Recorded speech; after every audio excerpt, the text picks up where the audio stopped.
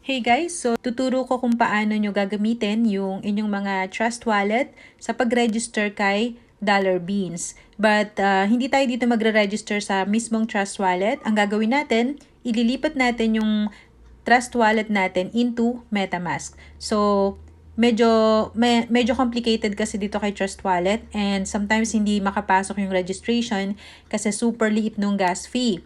So, ang gagawin natin, instead of registering here using your Trust Wallet, so ilipat natin siya sa MetaMask. Ang gagawin lang natin, open your Trust Wallet and kung alam niyo na yung inyong mga seed phrase, 12-word seed phrase, okay, i-copy nyo lang yun and pwede na kayong dumiretso sa MetaMask. So, if in case hindi nyo pa alam yung inyong mga seed phrase, okay, ang gagawin nyo lang, click nyo lang yung settings sa taas and then click nyo yung wallets. Okay, so dito guys, yung 3 dots, i-click nyo lang yan and then click nyo yung manual. So, yan, meron lang akong Face ID recognition. Tapos guys, i-click nyo lang tong mga to and then continue. So, eto na guys, lalabas na yung 12 seed phrase. Okay? So, naka-cover lang yan guys. Syempre, huwag nyong i-expose yan kasi very important na hindi yan ma-access ng iba. Kasi kahit alam niyo yung password, madali lang i-change yung password niyan. So, dapat i-secure nyo to. Yung 12 seed phrase, dapat kayo lang yung nakakaalam yan. So, i-copy nyo lang yan lahat. And then, balik na kayo sa ayan, punta na kayo sa MetaMask. So, itong account na to, meron siyang balance, meron na siyang USDT and BNB. In OP-BNB network na siya, guys. So, ready na to for registration. Yun nga lang, doon natin gagawin yung registration sa MetaMask. So, ngayon, punta tayo sa MetaMask. Okay? So, mag-download muna tayo ng MetaMask wallet.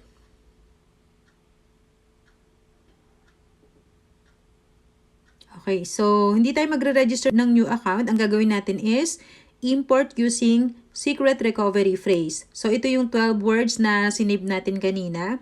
Okay, click mo lang yan. Then agree. Tapos click mo yung arrow down para pumunta siya sa baba. Then i-check mo yan and then accept. So dito na tayo magpe-paste ng 12 word. Okay, i-paste mo lang dito yung 12 word.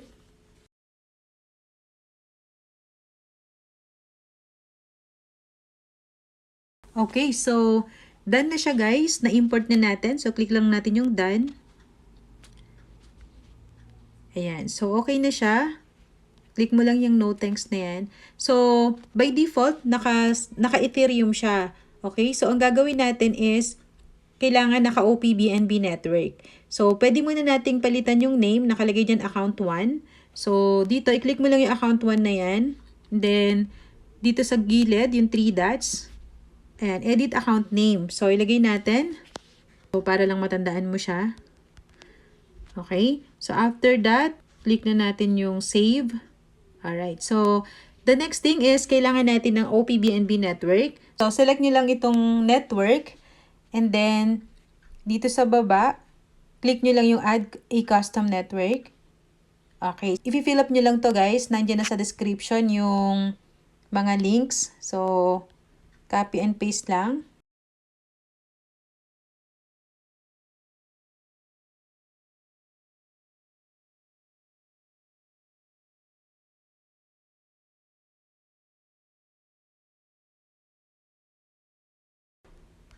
Then, click on save. Okay, so successfully added na siya. So, ang gagawin nyo lang, click nyo lang ulit yung network. And makikita nyo na yung OP-BNB mainnet. So, isa-select nyo lang yan. And click mo lang yung got it. So, eto na guys. Naka-OP-BNB network na tayo. So, next na gagawin natin is i-import natin yung USDT contract address kasi hindi siya naka-display dito. So, kunin lang natin yung contract address. Nandiyan na din sa description.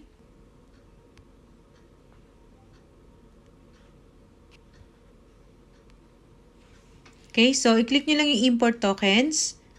And then, ipipaste natin dito sa token contract address. Okay, automatic magpa-populate na yung token symbol and yung token decimal. So, click na lang natin yung next. And then, click natin yung import. So, ayan na yung balance natin. And nakalagay unable to find conversion rate. So, that's okay. That's normal sa OP-BNB network. So, kahit hindi nyo man makita yun sa balance nyo, that's fine. Okay? So, after that, pwede na tayo mag-register. Kunin nyo lang yung referral link sa taong nag-invite sa inyo, or kung wala naman, punta lang kayo dito sa ating Telegram channel. And nandito na yung referral links. So, i-copy lang natin yan. And then, go back to your MetaMask wallets. So, click na natin yung browser. Alright? And then here, click nyo yan and then delete. Tapos, pwede nyo nang i-paste yung referral link na kinapi natin. And then, click na natin yung go. Okay. So, ito na guys. Next is, click natin yung connect. So, click lang natin ulit yung connect. Ayan. So, connected na siya guys. Okay? Once nakita nyo yung wallet address nyo dyan, it means your wallet is connected. And then, dito, pwede na tayong mag-invest or buy beans. So, i-type lang natin yung amount. Since I have $7 or I have 7 USDT, i-type lang natin yung 7 and then click na natin yung buy beans.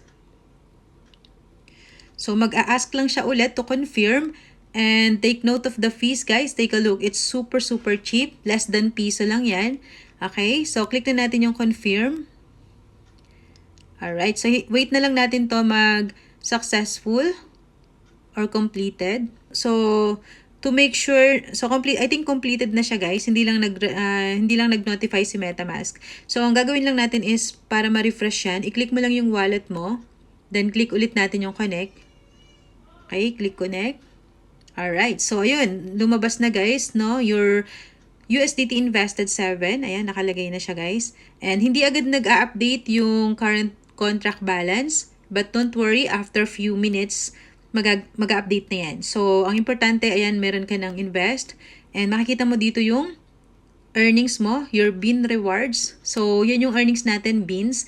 Tapos, pag mag-withdraw tayo, ang i-click lang natin yung eat beans. So, ang papasok sa wallet natin is USDT. But guys, again, keep pre-baking your beans para to maximize the earnings. Kasi, nakalagay dito, ayan. So, merong tax sa early withdrawals. Kaya, wag tayong mag-withdraw agad. Like, say for example, may nakita na kayong balance dyan.